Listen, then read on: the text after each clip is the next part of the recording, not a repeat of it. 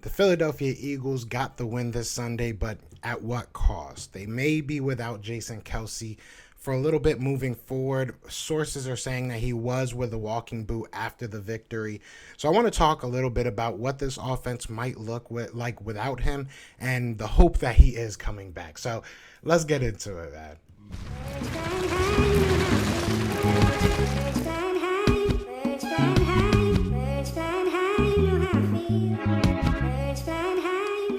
What's going on, you guys? It's your boy Joe Castro, aka Philly Fresco, and it is Philly the podcast. So, like I said, Jason Kelsey was injured towards the end of Sunday's game against the Jets. After the game, reporters said that they saw him with a walking boot on, so that is not obviously a great sign, but I have not heard too much. They are trying to get more tests done, so we should probably hear something. Maybe by the time you see this video, something else will be out. But what I want to talk about is a little bit of depth, right? So before we get into that, be sure to hit that like, hit that subscribe. You know what I'm saying? We're on the road to 3K, all that good stuff. But we look at this depth. I've been talking about it for a long time. This offensive line has been a bright spot for me in this season. We have a lot of young guys on this offensive line, and while I don't want to go without Jason Kelsey, obviously I don't want to test the depth there. If we have to, I do think that Nate Herbig can slide into that role. Obviously, we look at the first snap right over Gardner Minshew's head. I don't think that's going to be a thing that's consistent. He's one of those guys that we've moved around so many times. He went into the center position cold after playing, I believe, guard a little bit last week. So we have to be, a little bit more leeway with it, right?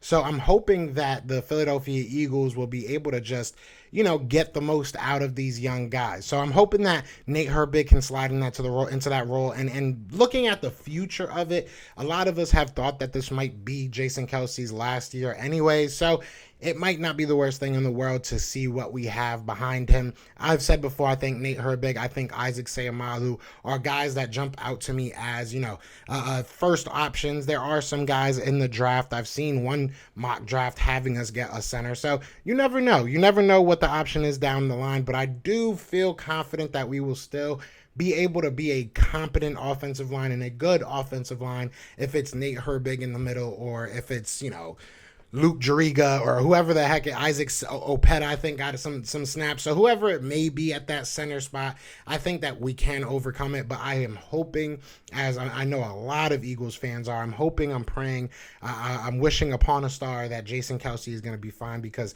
he is not just a player, right? He's not just a center that's played over 110 games consecutive for us, right? That's not all he is. He's more of a leader on and off the field. So not to have him out there will really hurt our team, in my opinion. And just the growth of these young guys, I think having him out there is a plus for a lot of these young guys. They know what the center is doing is most likely right. They know the center is going to be where he needs to be.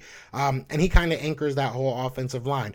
Like I said, though, I do feel comfortable with the young guys being able to go out there on their own. It'll be interesting to see who kind of becomes that leader, who kind of steps up. I feel like Jordan Mailata will probably just continue to step up, because you've seen a lot of the, whether it be patting Jalen Hurts on the back after that game, losing drop from Jalen Reagor, or whether it's just how he talks in his press conferences, you can see that he's getting more comfortable with being that guy.